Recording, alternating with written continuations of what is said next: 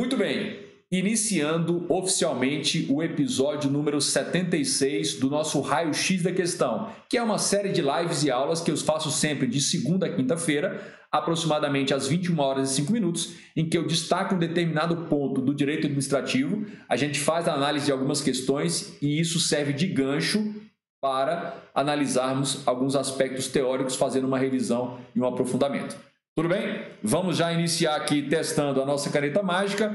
Olha lá, o tema hoje é o tema da improbidade administrativa, está na Lei 8429, e aqui eu quero abrir aqui um looping para você, para a gente resolver no final.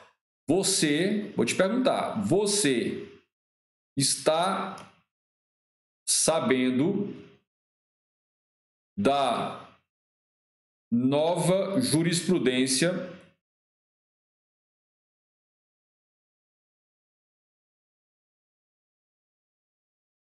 pacificada no STJ sobre improbidade?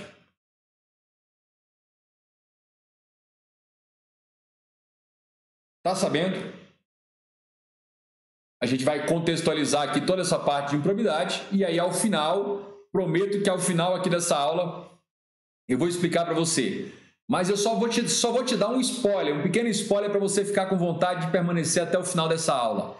Eram 2 policiais federais, eles estavam numa missão lá no Paraná. E aí, claro, carro oficial descaracterizado, armamento da Polícia Federal, aquele aparato todo. E aí, eles estavam meio que de sobreaviso, porque estavam monitorando uma determinada situação, mas eles não estavam no plantão, estavam de sobreaviso ali para poderiam ser acionados a qualquer momento. Acontece que nesse momento de sobreaviso, de onde eles estavam, a uns 80, 100 quilômetros, tinha uma festa, uma grande festa numa cidade vizinha.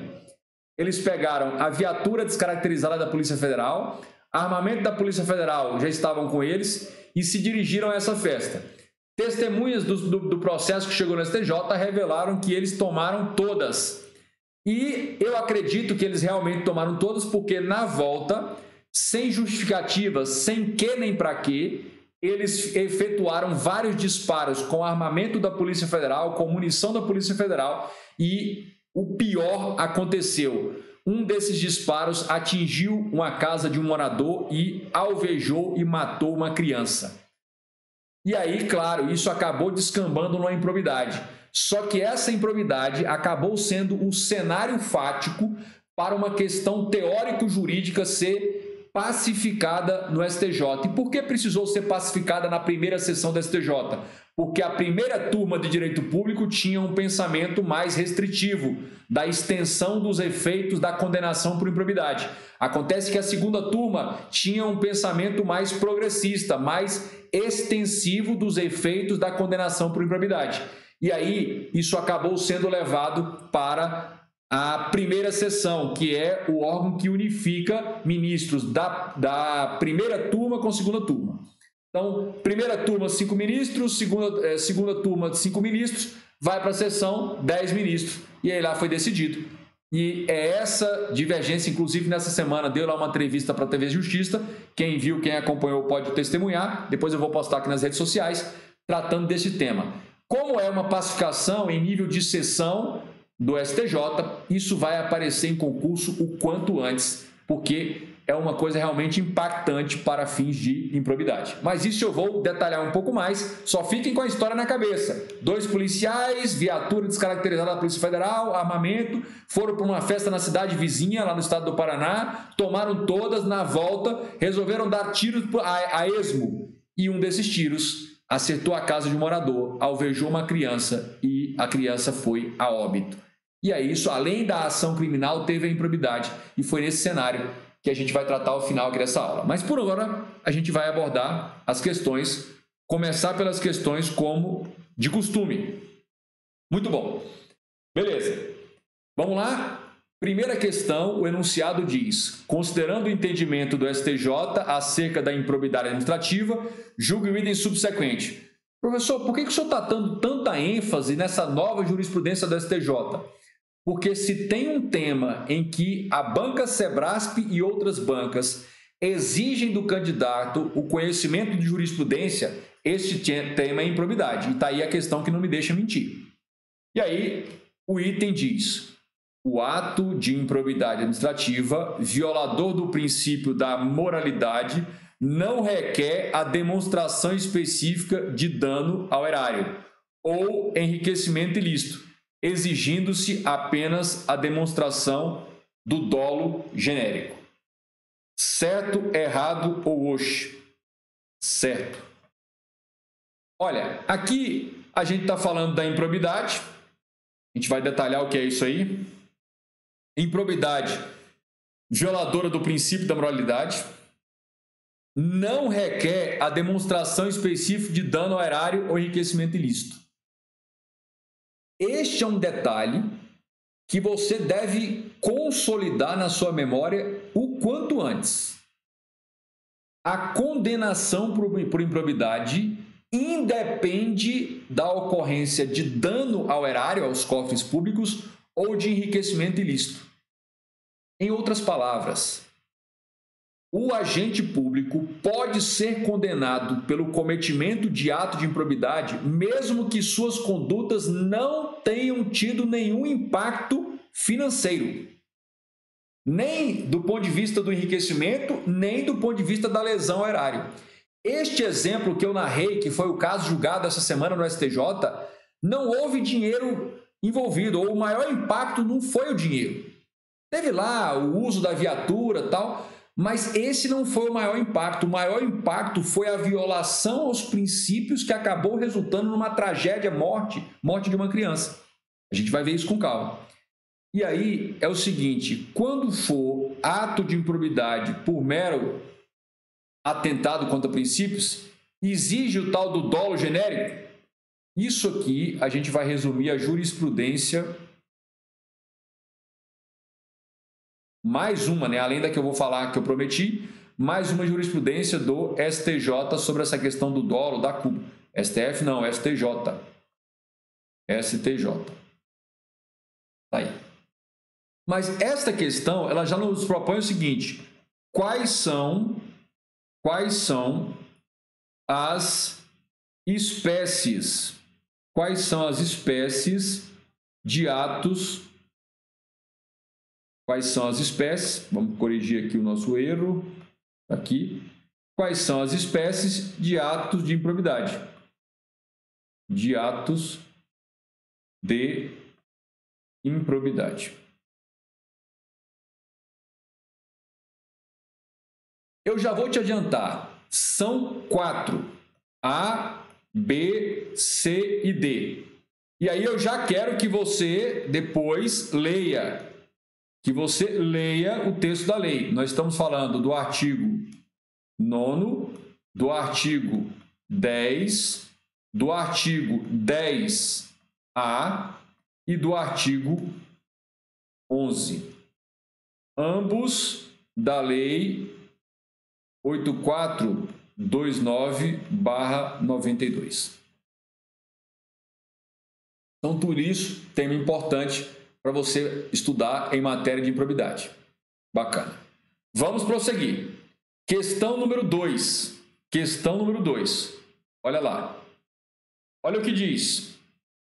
Em janeiro de 2018, o Ministério Público, em um estado da União, começou a apurar possíveis irregularidades referentes a contratos com empresas de transporte urbano no âmbito de determinada prefeitura municipal daquele estado. Para realizar as diligências, o órgão ministerial requisitou informações da prefeitura por meio de ofícios, que foram encaminhados ao então secretário municipal de urbanismo, José Silva. Ao todo, foram expedidos pelo parquê sinônimo de Ministério Público, no período de 10 meses, entre janeiro de 2018 e outubro de 2018, 8 ofícios. Então, o Ministério Público mandava ofício pedindo informações, mandava ofício lá para tal Secretaria de Urbanismo, que não obtiveram resposta do mencionado secretário. Posteriormente, o senhor José Silva, o secretário, fez consultas à Procuradoria do município, Procuradoria-Geral, citado acerca dos possíveis desdobramentos da sua omissão à luz. Ele já sabia que fez merda, agora ele quer saber só do procurador o tamanho dessa merda e o quanto ela vai feder. Considerando essa situação hipotética e os aspectos legais a ela relacionados, julgue o próximo item. O item diz: a conduta omissiva de José Silva poderá caracterizar ato de improbidade administrativa, que atenta contra princípios da administração pública, mesmo que não seja comprovado o elemento subjetivo do dolo para violar tais princípios. Estava tudo perfeito. O grande problema é que tem de ter dolo. Tem de ter dolo. Em matéria de atentado contra princípios, tem de ter o dolo. E por isso esse item está errado. Errado. Mas calmem. Fiquem calmos. Nós vamos fazer, na hora da revisão e aprofundamento ainda nesta aula, o esquema resumindo a jurisprudência do STJ em matéria do que tem de ser doloso ou pode ser culposo quando se trata de ato de improbidade. Então fiquem tranquilos em relação a isso. Prosseguindo. E a outra coisa, o STJ também tem jurisprudência em matéria de conduta omissiva. Então, duas coisas ele quer saber o seguinte: olha, ação e omissão podem caracterizar improbidade administrativa? Ou seja, é possível o cometimento de improbidade por conduta omissiva e comissiva, só omissiva, e ainda tem dolo e culpa. A improbidade é só na forma dolosa, só na forma culposa ou ambos? Então, tudo isso a gente vai revisar também. 2 está errado, vamos para o item número 3. E o item número 3, a questão número 3, diz: julgue os itens que se seguem a respeito do regime jurídico dos servidores públicos, da lei de responsabilidade fiscal, da lei de improbidade administrativa e da garantia empregatícia de servidores efetivos e vitalícios. E aí diz: cometerá ato de improbidade administrativa, violando o dever de imparcialidade, legalidade e lealdade às instituições, o servidor público que, em consequência de desafeição com determinado cidadão, negar publicidade de um ato oficial. Perfeito. Está correto. Isso aqui, gente, é o artigo 11. Artigo 11 da Lei 8429/92.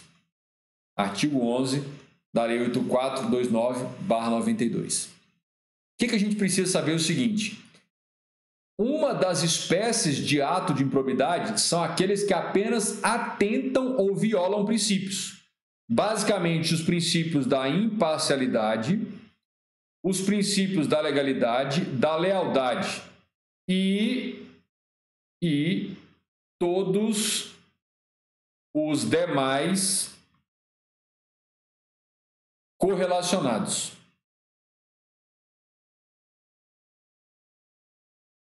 Todos os demais correlacionados.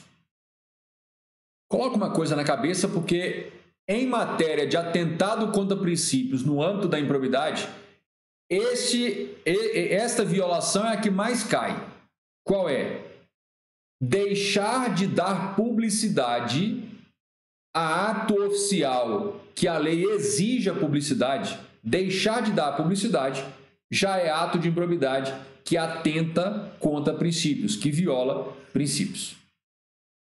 Mas calma, eu quero que neste momento vocês comecem a focar quais são os elementos conceituais e teóricos que a banca examinadora ou os examinadores focam na hora de cobrar o tema improbidade. Então aqui agora a gente prossegue. Questão número 4. A questão número 4 diz o seguinte: olha o enunciado. João, Pedro e Lucas são servidores públicos estaduais. No exercício de suas atribuições, João facilitou o enriquecimento ilícito de terceiro que não seja nem Pedro nem Lucas. Pedro indevidamente deixou de praticar ato de ofício e Lucas recebeu vantagem econômica para intermediar a liberação de verba pública. Então, vamos lá? O que o bonitão do João fez? O João facilitou o enriquecimento ilícito de um terceiro. O Pedro indevidamente deixou de praticar ato de ofício e o Lucas recebeu vantagem econômica para intermediar a liberação de verba pública. Os três servidores agiram culposamente. Então, aqui culpa. Esta é a informação mais relevante, porque é ela que vai definir. Aí diz, de acordo com a Lei 8429, a Lei de Improbidade, nessa situação hipotética, foi praticado ato de improbidade somente por. Beleza. E aí, quem foi o bonitão que praticou? João. Por que só por João?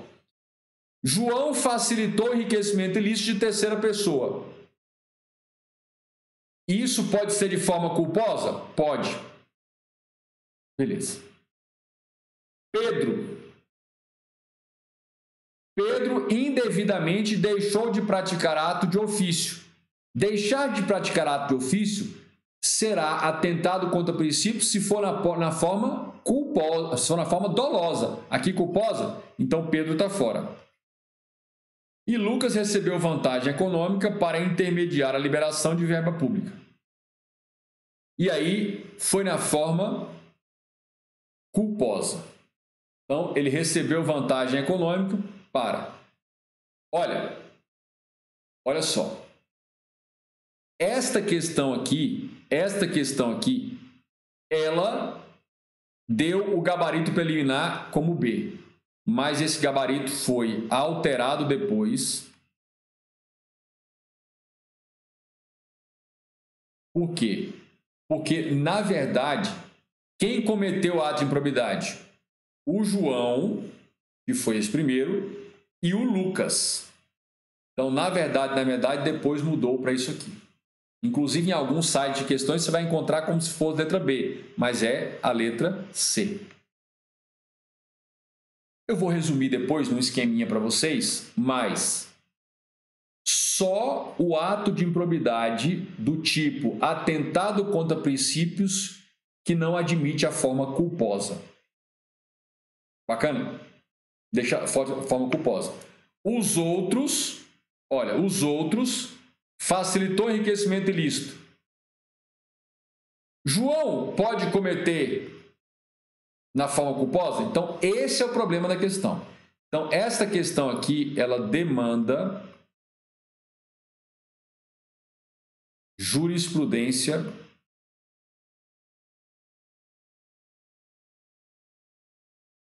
do STJ. Não se preocupem com o gabarito, se preocupem aqui com a jurisprudência do STJ, porque é ela que vai mostrar quando que pode ser doloso, quando que pode ser culposo, quando que pode ser por ação e por omissão. Então, tá aqui a minha dívida com você daqui a pouquinho. Questão número 5. A questão 5 diz o seguinte: o servidor público que deixar de praticar indevidamente ato que deveria ter realizado de ofício, então, deixar de praticar ato de ofício, o que você vai colocar aí? Isso aqui é o quê? É atentado contra princípios da administração. Atentado contra princípios da administração. Beleza. A Laís está perguntando, neste caso o servidor responde cumulativamente pelo Código de Ética e pela improbidade? Sim, Laís, sim. Por quê? Porque as esferas de responsabilização do servidor, a esfera administrativo-disciplinar, a esfera da improbidade, a esfera criminal e a esfera civil do ressarcimento, elas são independentes entre si. Com aquela exceção de que a absolvição criminal por negativa de autoria ou inexistência do fato criminoso vai desfazer as condenações nas outras esferas. Mas tirando isso aí, as esferas são independentes. Então fique tranquilo em relação a isso. Vamos para a letra A. A letra A diz: pratica ato de improbidade que importa enriquecimento ilícito. Não. Enriquecimento ilícito é auferir vantagem indevida. O próprio artigo 9º diz: enriquecimento ilícito significa o quê? Auferir, obter, né? Auferir vantagem patrimonial. Patrimonial indevida. Então, a letra A não pode ser. Letra B. Então, quem deixa de praticar ato de ofício, pratica ato de improbidade que atenta contra os princípios da administração. Está aí o gabarito. Letra C, para confirmar o gabarito. Não pratica ato de improbidade, porquanto se trata de ato omissivo. Está errado. Omissão também se encaixa no artigo 11 da Lei 8429/92, que é a Lei de Improbidade. Continuando, para confirmar o gabarito, não pratica ato de improbidade. Pratica sim, porquanto tal conduta está prevista taxativamente. Ela está taxativamente lá no artigo 11. E, por fim, pratica ato de improbidade que causa lesão ao erário. Não é lesão. É atentado contra princípios. Então, vejam que essa questão número 5, ela nos remete para o estudo dos artigos 9º, 10, 10A e 11, que são as espécies de ato de improbidade, lá da Lei 8429/92. Prosseguindo, questão número 6. A questão número 6, o enunciado diz: considerando as disposições da Lei 8429/92, Lei de Improbidade Administrativa, julgue o item a seguir. O item diz: as disposições da Lei 8429 são aplicáveis àquele que induzir um agente a praticar ato de improbidade. Está correto? Coloque aí. E a pergunta é o seguinte: quem está sujeito à responsabilização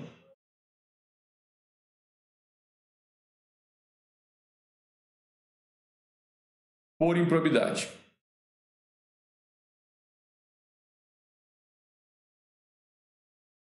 Isso aqui nós vamos dar uma ênfase na nossa revisão de hoje, mas é só para lembrar o seguinte, só para já te lembrar o seguinte: nunca se esqueça do artigo 3º da Lei 8429, artigo 3º, ou seja, particular que colaborar com o servidor para a prática de improbidade.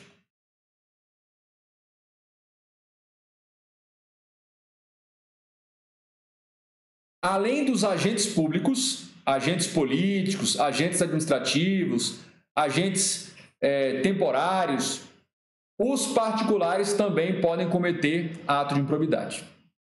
Na nossa revisão de hoje, nós vamos rever uma jurisprudência consolidada do STF, do Supremo, mais uma jurisprudência, a aula de hoje recheada de teses jurisprudenciais.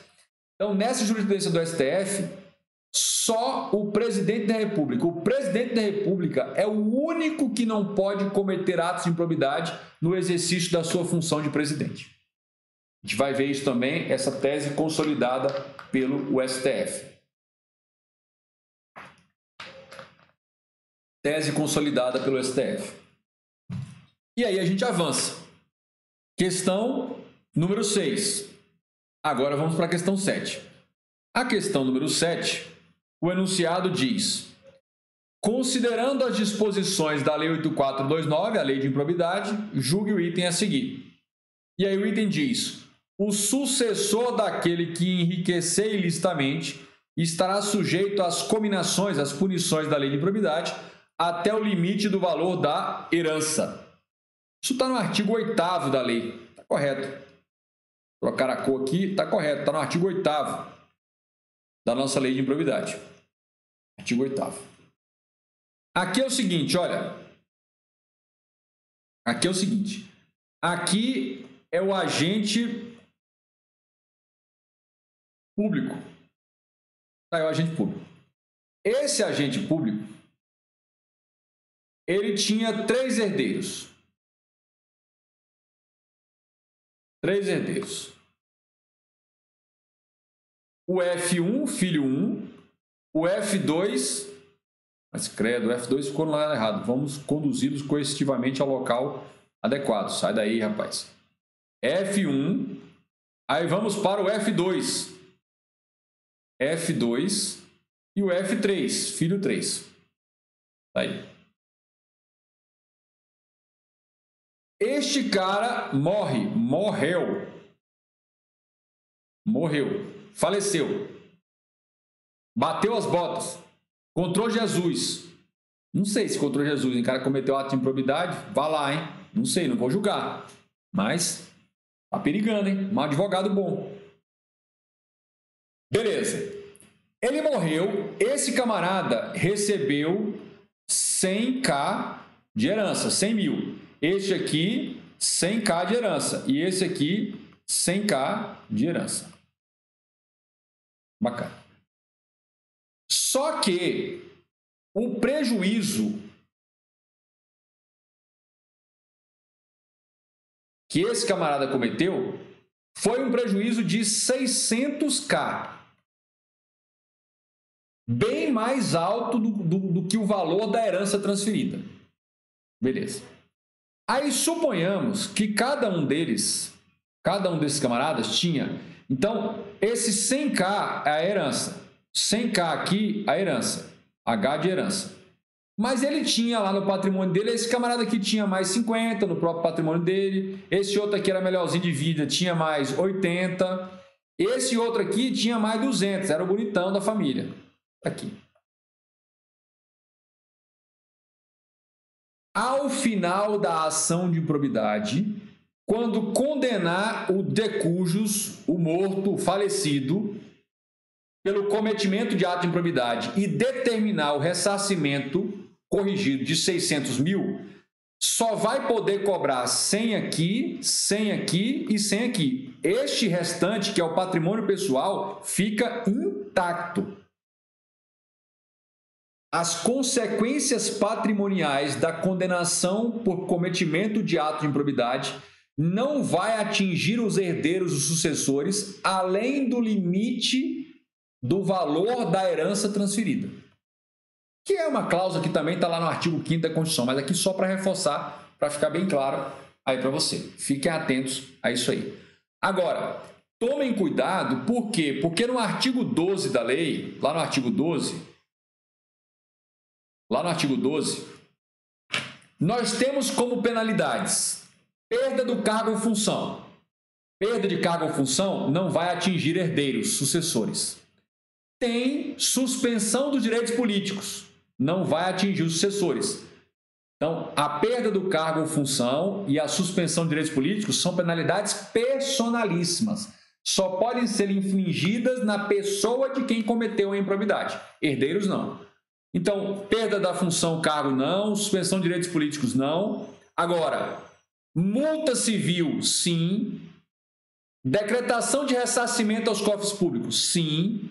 Decretação da perda dos bens que foram acrescidos indevidamente no enriquecimento ilícito, sim, vai atingir os herdeiros. Agora, a proibição de contratar, de receber subsídios, não vai atingir os herdeiros. Então, tomem cuidado.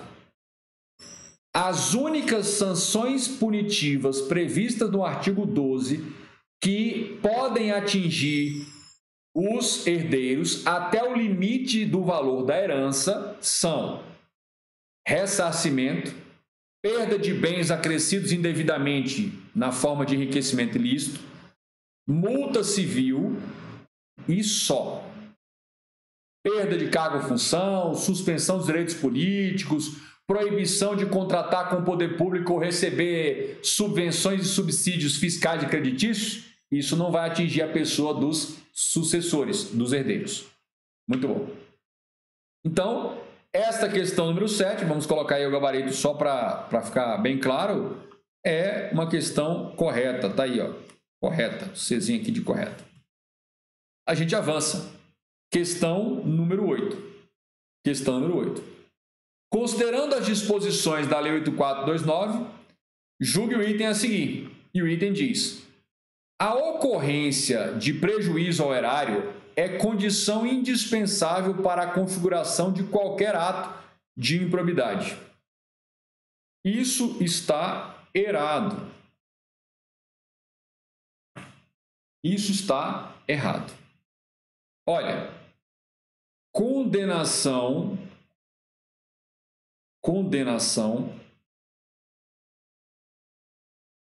por improbidade.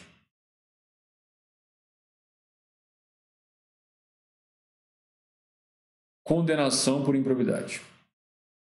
A condenação por improbidade, você vai anotar aí de forma bem clara, em letras garrafais.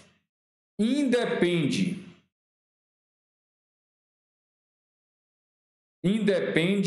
de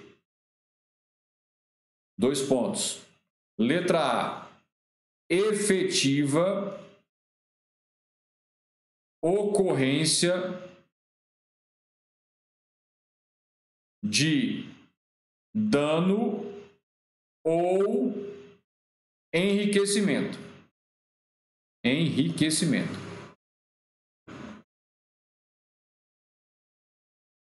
Ilícito.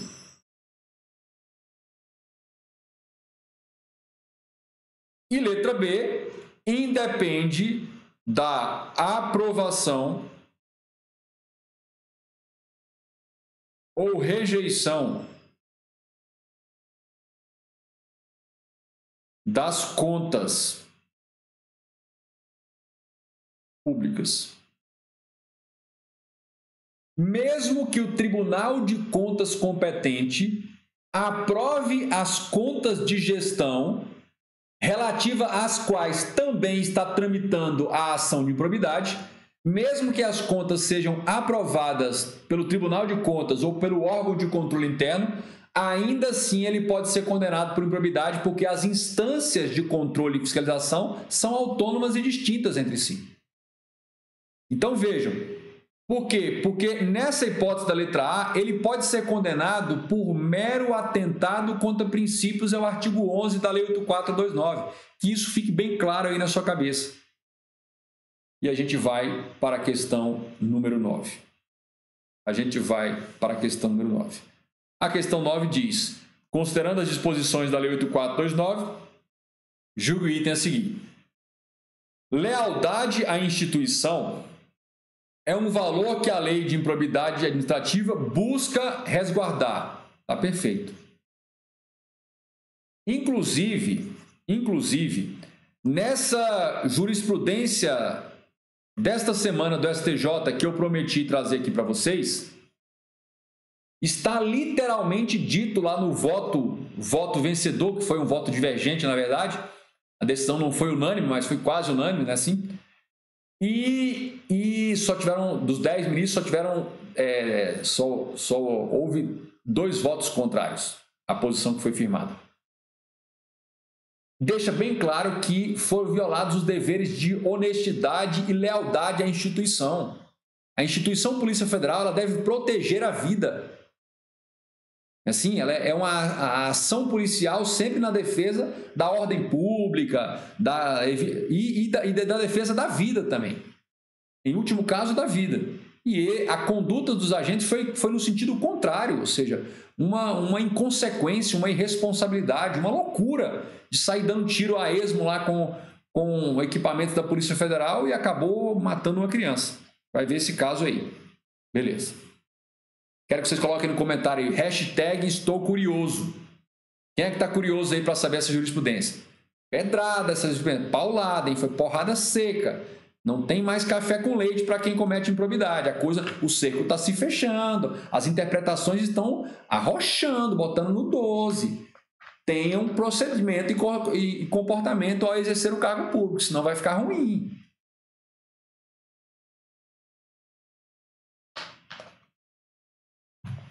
Beleza.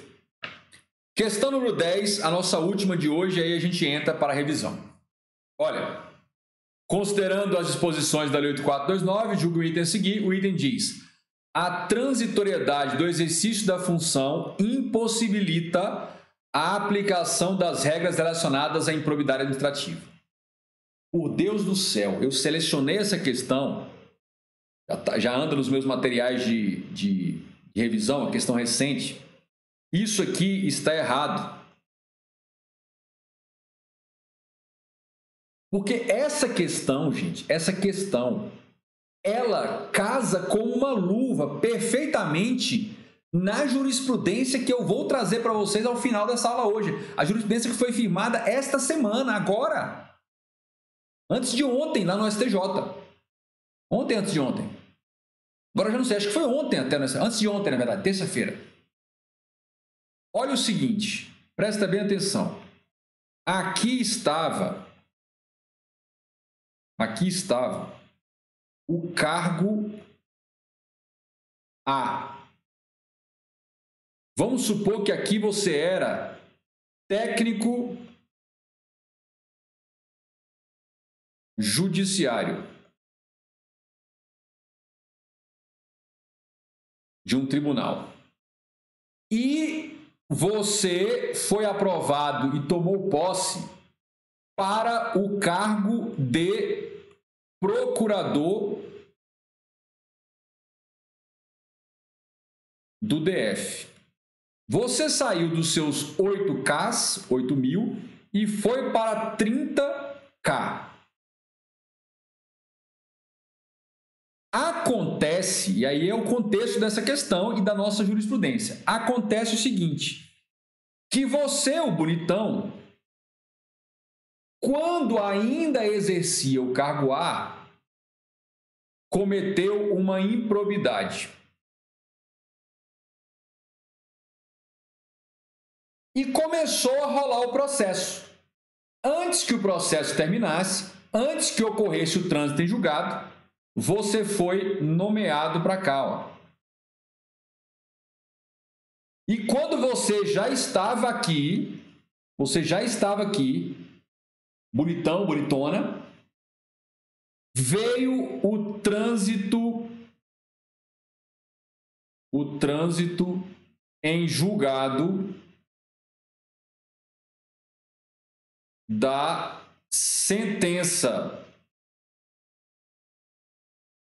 condenatória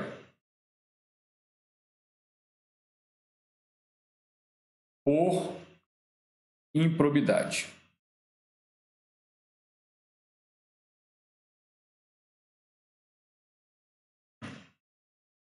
Estão entendendo? Você estava no cargo A, lá você cometeu um ato de improbidade.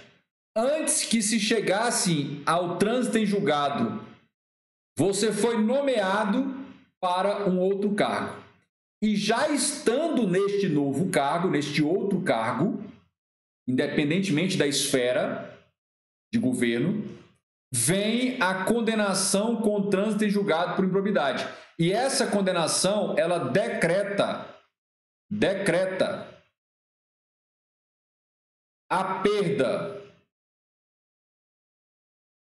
do cargo. A questão é, essa decisão vai te eliminar deste novo cargo ou ela só poderia te afetar no cargo em que você cometeu o ato de improbidade, mas você já não estando mais neste cargo, tendo ido para outro, você fica imune a essa perda do cargo ou função. Foi esta divergência que foi levada ao STJ e foi pacificada. Então, quando a questão diz que a transitoriedade do exercício da função, por exemplo, cargo em comissão, função de confiança, impossibilita a aplicação das regras relacionadas à improbidade. Errado. Errado. Esta decisão do STJ, que eu já vou detalhar para vocês, relativa aos caras lá da carreira policial, isso vai pegar na veia maligna daqueles caras que ocupavam cargo em comissão, secretário de governo, assessor de prefeito, por aí vai. Aí ele cometia ato de improbidade lá na gestão, aí ele já estava em outra gestão, já anos depois ele estava exercendo outro cargo de secretário, outro cargo em comissão, e aí vem a condenação. E aí, ó, navalha. Vamos lá, vamos avançar. Beleza. Vou fazer uma pequena revisão aqui do que é a improbidade. Improbidade é uma ação ou omissão, coloquem aí, pode ser dolosa ou culposa, praticada por agente público ou por particular que acarrete enriquecimento ilícito, lesão ao patrimônio público, atentado contra princípios, mais a hipótese de, coloca aí, mais aplicação irregular de benefícios fiscais e orçamentários.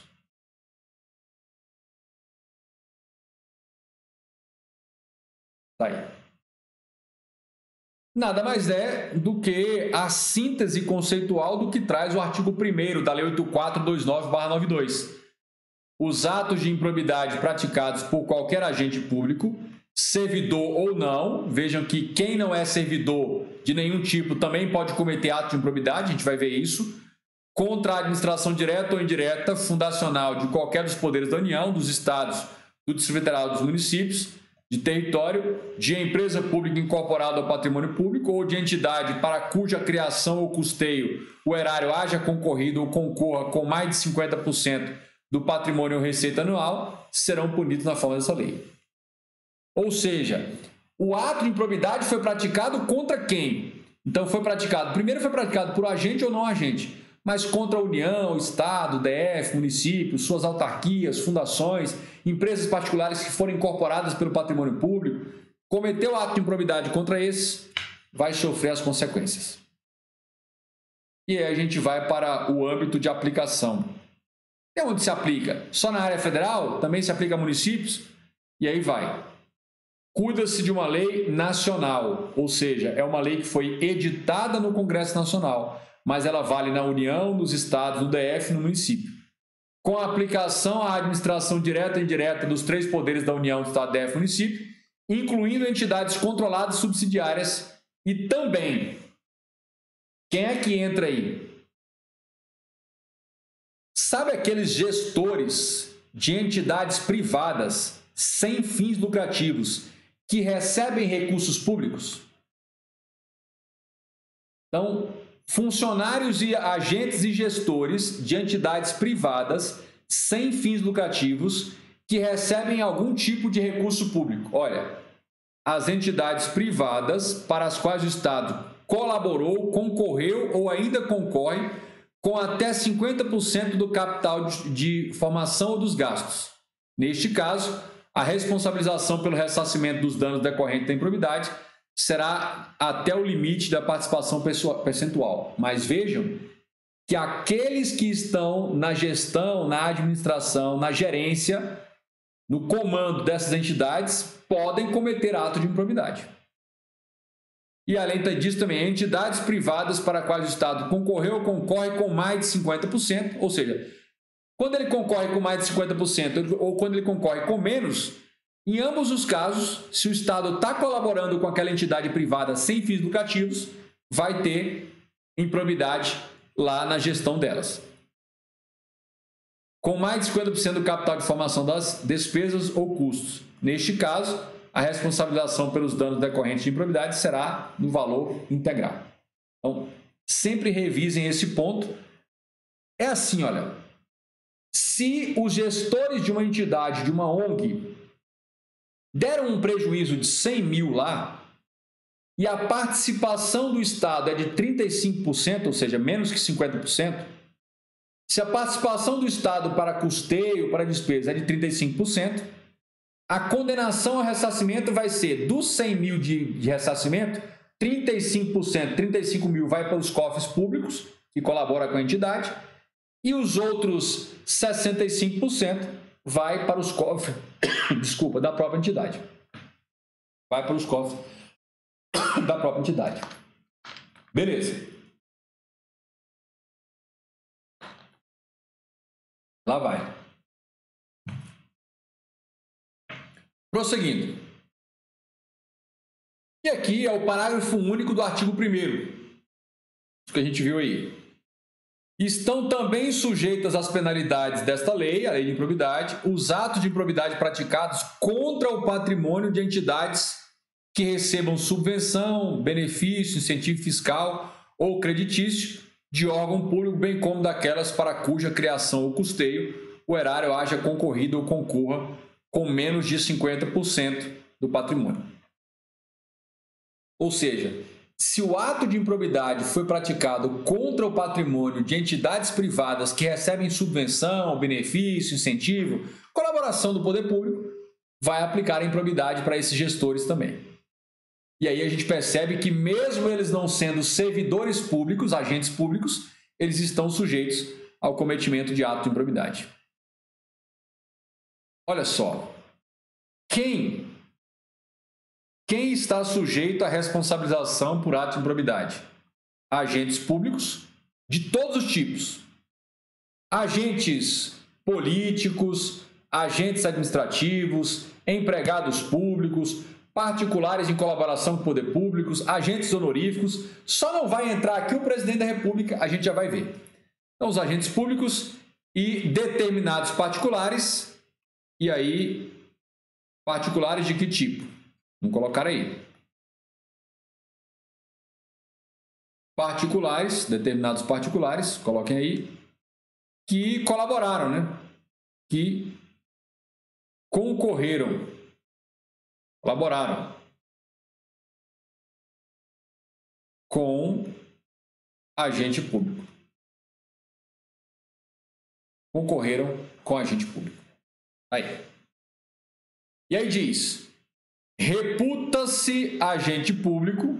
Então, o próprio legislador, no artigo 2º, define o que se deve entender por agente público para fim de sofrer a improbidade. Reputa-se agente público, para efeitos dessa lei, todo aquele que exerce, ainda que transitoriamente. Lembra da questão que diz que a transitoriedade impede a aplicação da improbidade? Está errado.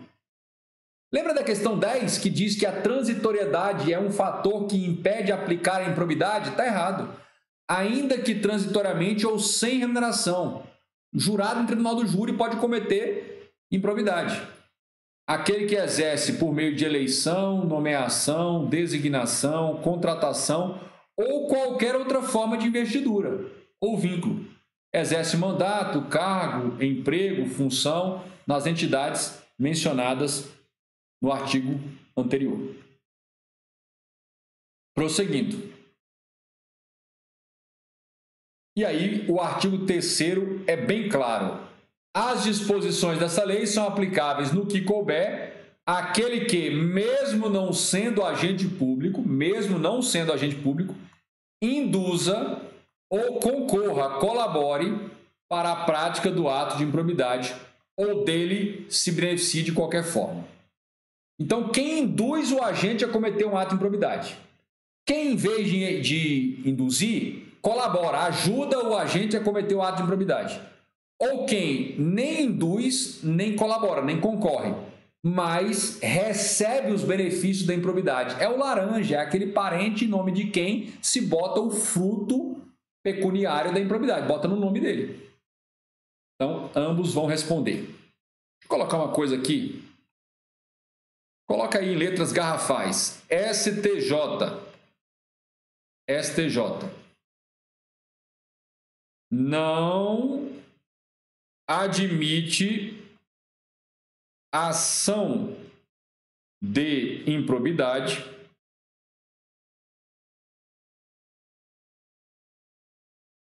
isoladamente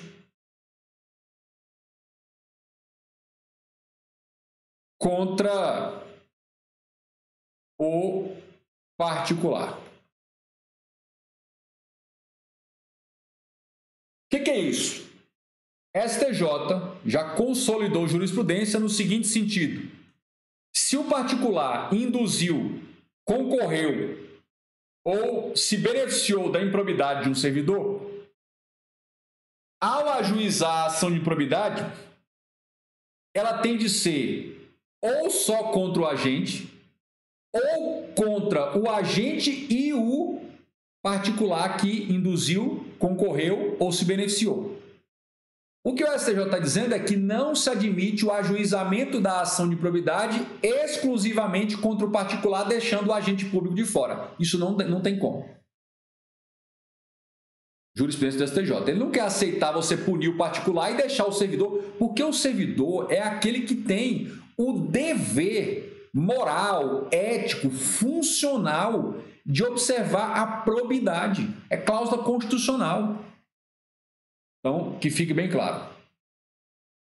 Jurisprudência do STF, que eu mencionei, merece destaque, é o seguinte. O que o STF definiu? Os agentes políticos,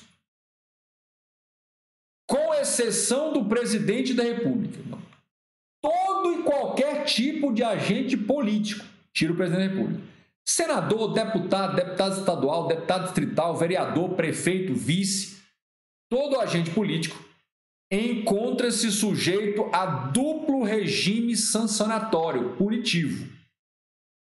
Ou seja, por uma mesma conduta, duplo regime sancionatório, de modo que se submetem tanto à responsabilização pelos atos de improbidade. Então, qual é o duplo regime sancionatório? Improbidade é um deles e o outro é crime de responsabilidade. O Supremo diz: todos os agentes políticos listados na Lei 1079 de 50. É a lei dos crimes de responsabilidade. Diz o Supremo, tirando o presidente da República, porque diz o Supremo, o presidente da República só responde por crime de responsabilidade. Eventuais condutas do presidente da República no exercício da sua função de presidente, eventuais condutas dele que, ao mesmo tempo, se enquadrem na improbidade e no crime de responsabilidade, o presidente só responde pelo crime de responsabilidade. Improbidade, nunca para presidente. Agora, os demais agentes políticos, diz o STF, eles podem responder tanto pela improbidade quanto pelo crime de responsabilidade, ou concomitantemente ou sucessivamente. Gravem essa jurisprudência. Então, e o fundamento para isso, artigo 85, ou seja, de onde o Supremo tirou essa tese, de onde ele interpretou essa tese? Artigo 85, inciso 5º. Bacana? Beleza. Porque, na verdade, ele está dizendo que crime de responsabilidade, ou seja, que a probidade na administração, ou seja, a atuação contra a probidade, é uma conduta de crime de responsabilidade. Está absolvida aqui para o presidente, só para o presidente.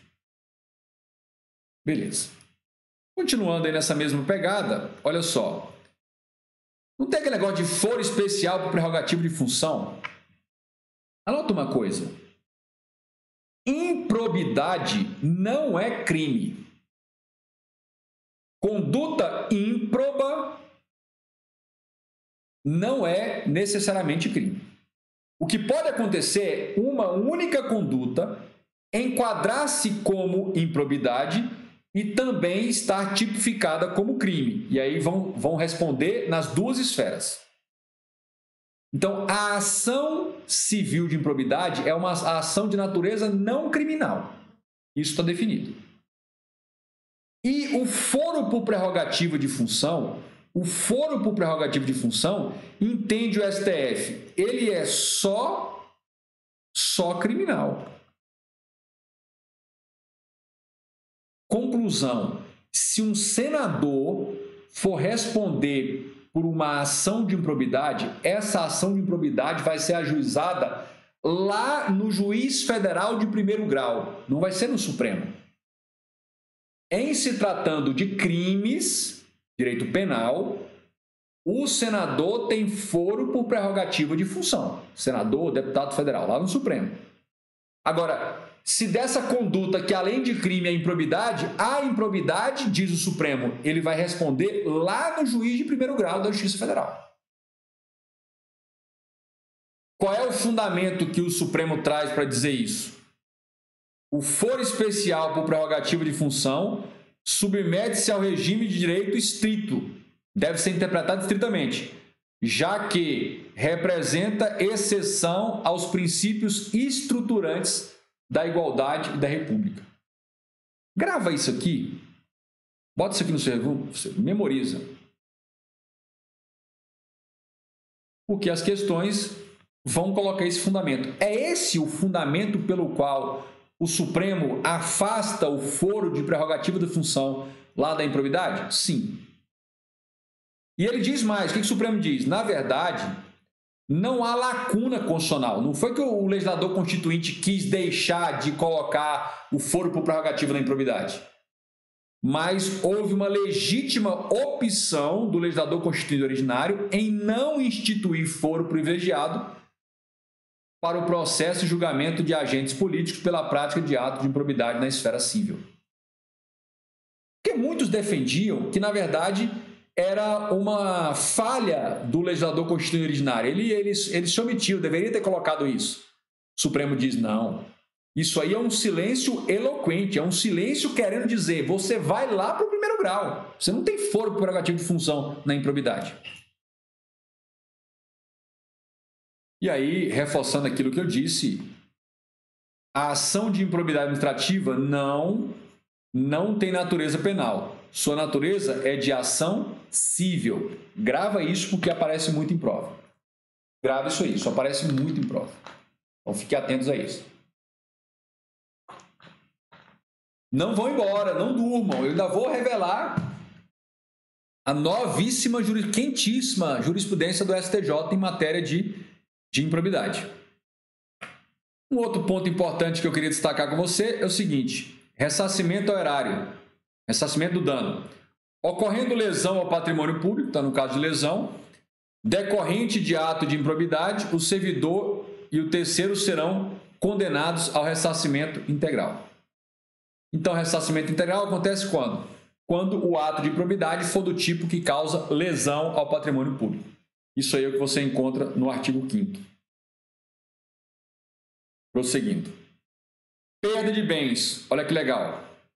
No caso de enriquecimento ilícito, ao ferir vantagem indevida em razão do cargo ou função que exerce, o agente público ou o terceiro beneficiado, ou seja, o laranja em nome de quem se colocou o produto da improbidade, terão, é obrigatório, decretada a perda de bens e valores acrescidos indevidamente ao patrimônio em decorrência da improbidade. Então, comprou helicóptero, comprou mansão, comprou tudo aquilo, decreta-se a perda em favor do poder público. É o que a gente acha no artigo 6º da lei, é importante. Mais um detalhe importante é a indisponibilidade, é o bloqueio dos bens, ou seja, indisponibilidade não é penalidade. Não é sanção. Grava isso. Penalidade é medida acautelatória. Acautelatória. Vamos corrigir aqui o nosso erro. Acautelatória, de protetiva do processo. Acautelatória. Então diz: no caso de enriquecimento ilícito ou de lesão ao patrimônio público, a autoridade administrativa responsável pela apuração poderá representar ao Ministério Público para que este requeira judicialmente a decretação. Não vou aprofundar muito nesse detalhe, por quê? Porque já tem uma outra aula anterior aqui que eu esmiucei essa questão da atuação do Ministério Público para requerer ao juiz que decrete liminarmente a indisponibilidade, o bloqueio dos bens, para que ele não saia vendendo os bens e suma com o dinheiro, antes de fazer o ressarcimento ou a perda de bens. Isso está no artigo 7º, especialmente no parágrafo único. Guardem a leitura para vocês. Então, aqui só trouxe alguns apontamentos para vocês revisarem aí. E aí entra aquela questão, a questão dos sucessores. Olha aí, os sucessores ou herdeiros daquele que foi condenado por improbidade somente responderão, não responderá, responderão aqui, corrija esse erro, desconsidere esse erro aqui do estagiário, pelo ressarcimento ou pela perda de bens até o limite do valor da herança transferida. E aqui tem o artigo 8º e o artigo 5º da Constituição, o inciso que está aí, que é o inciso 45. Beleza. Muito bom. Eu quero tratar 2 pontos com você. 2 tópicos. Vamos lá. 2 tópicos. Vamos dividir a tela assim, ó. Vamos dividir a tela ao meio. Beleza. Jurisprudência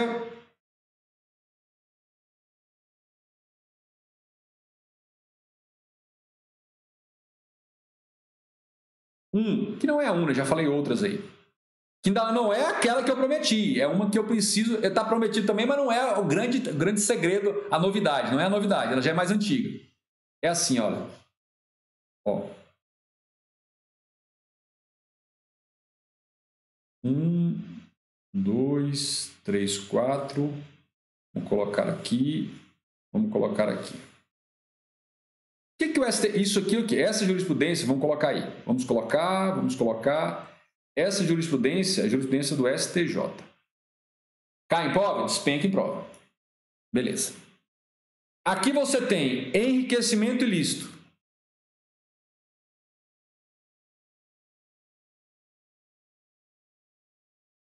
Ato de improbidade que acarreta enriquecimento ilícito. Aqui você tem lesão ao erário. Lesão ao erário, ou patrimônio público, tanto faz. Erário ou patrimônio público. Aqui você tem aplicação irregular ou ilegal de benefícios.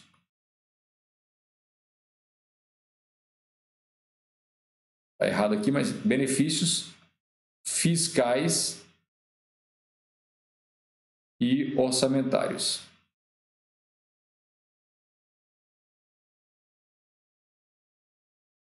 E por último, você tem atentado contra princípios. Atentado contra princípios. O que diz o STJ? Enriquecimento ilícito, só por ação. Lesão ao erário, pode ser ação ou omissão. Aqui pode ser ação ou omissão. E aqui pode ser ação ou omissão. A única espécie de ato de improbidade administrativa que não admite a forma omissiva, conduta omissiva, é o enriquecimento ilícito. Agora, vamos a mais um ponto aí que a jurisprudência do STJ traz. Qual que é? Enriquecimento ilícito, só na forma dolosa, só dolo. Aqui, dolo ou culpa.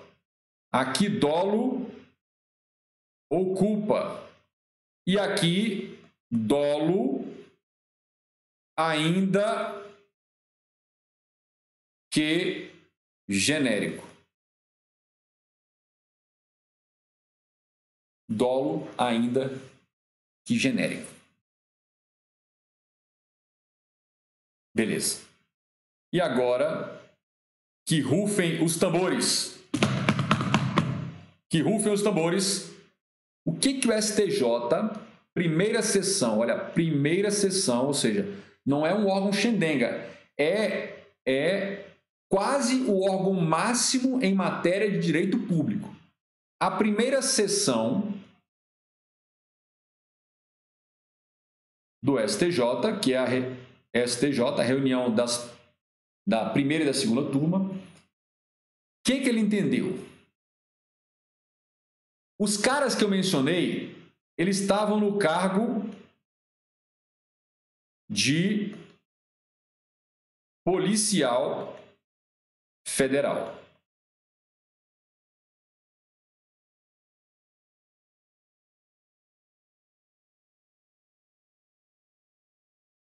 Aqueles dois camaradas, policiais federais, que estavam de sobreaviso, com viatura federal descaracterizada, armamento da Polícia Federal, munição da Polícia Federal, resolveram sair de onde estavam, lá no Paraná, foram para uma cidade vizinha de mais ou menos 80 quilômetros, lá participaram de uma festa, testemunhas que estão lá no processo, o próprio julgado do STJ fala, eles encheram a lata de cachaça, na volta, resolveram disparar a ermo com armamento, com munição da Polícia Federal, e aí atingiram uma casa lá de um morador e atingiram uma criança, a criança veio a óbito. Beleza. E aí teve início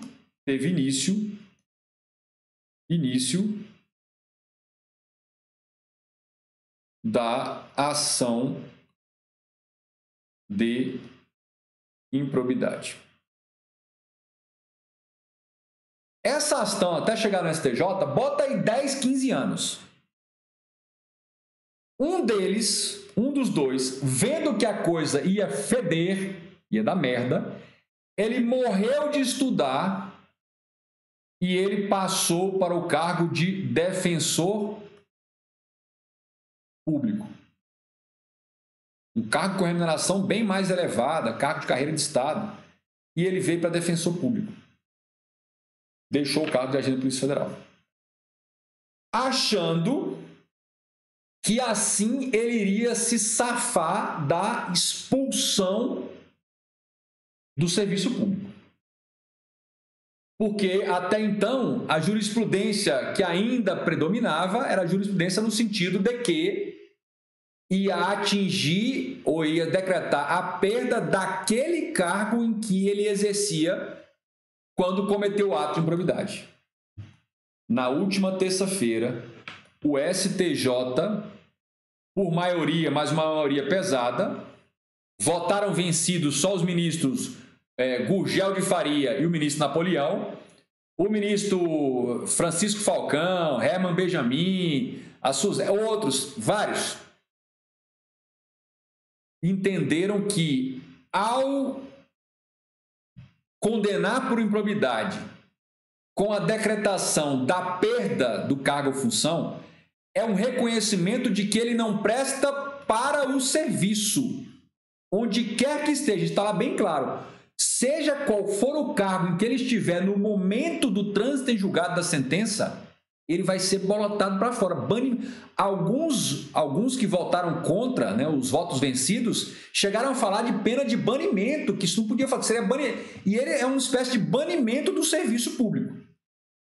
A decisão não deixou claro se seria para todo sempre, se ele poderia voltar num futuro concurso.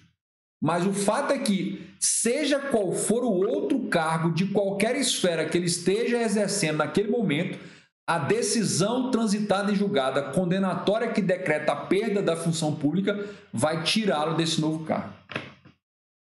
Então não tem escapatória. Jurisprudência novinha, quentíssima, uma jurisprudência consolidada, porque a primeira turma decidia que não, a segunda turma decidia que sim, para esse efeito de banir do serviço público.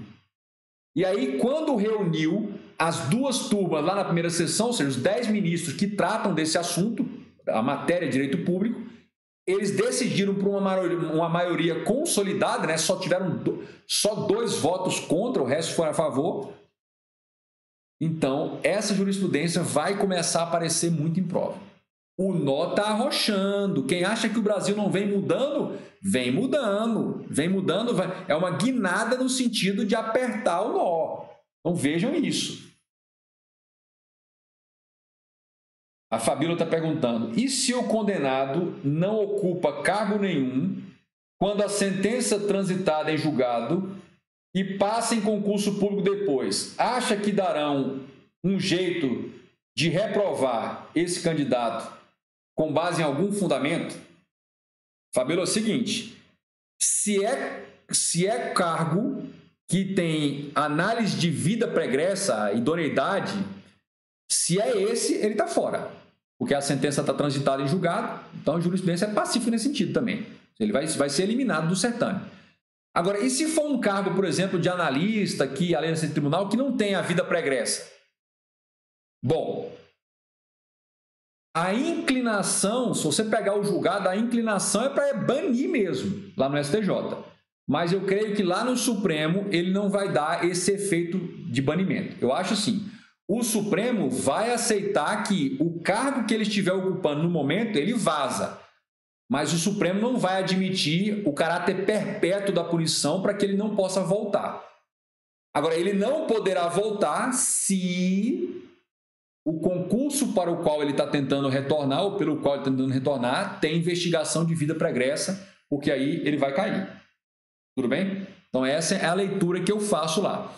Não vejo essa jurisprudência mudando tão rapidamente no STJ, porque foi uma maioria bem vantajosa na primeira sessão. Era um tema que já vinha com divergência entre as duas turmas, e aí sobe um embargo de divergência para a primeira sessão para resolver isso aí. E eu não vejo o Supremo nessa pegada de retroceder. Entendeu? Vai dar maioria também no Supremo, mas eu acho que o Supremo vai nessa linha de que o cargo em que ele estiver ocupando no momento que transitar julgado, ele vai vazar. Agora, impedir para todos sempre, amém, ele retornar ao serviço público, aí eu acho que o Supremo não vai concordar com essa tese, porque seria eu reconhecer uma pena, né, ainda que cível, mas uma pena cível de caráter perpétuo.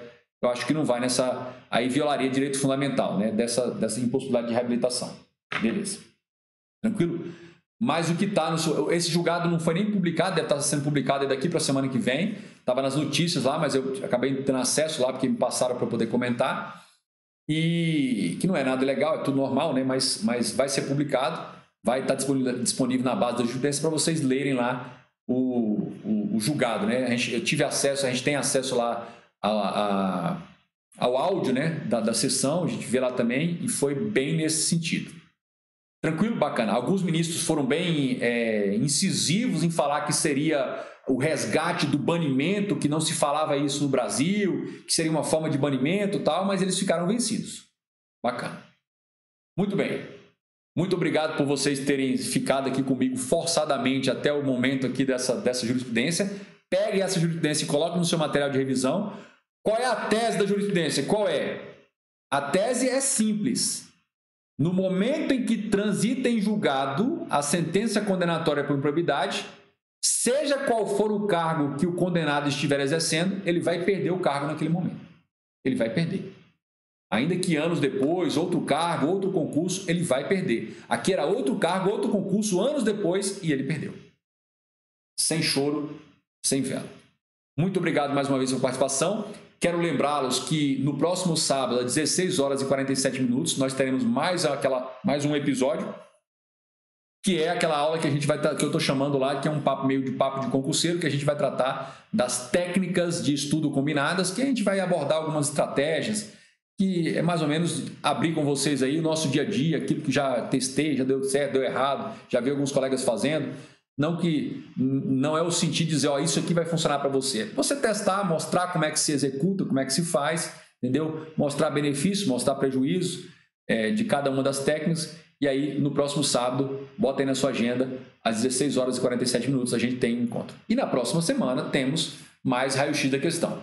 Muito obrigado, boa noite e até um próximo episódio. A gente se encontra aí. Tchau, tchau.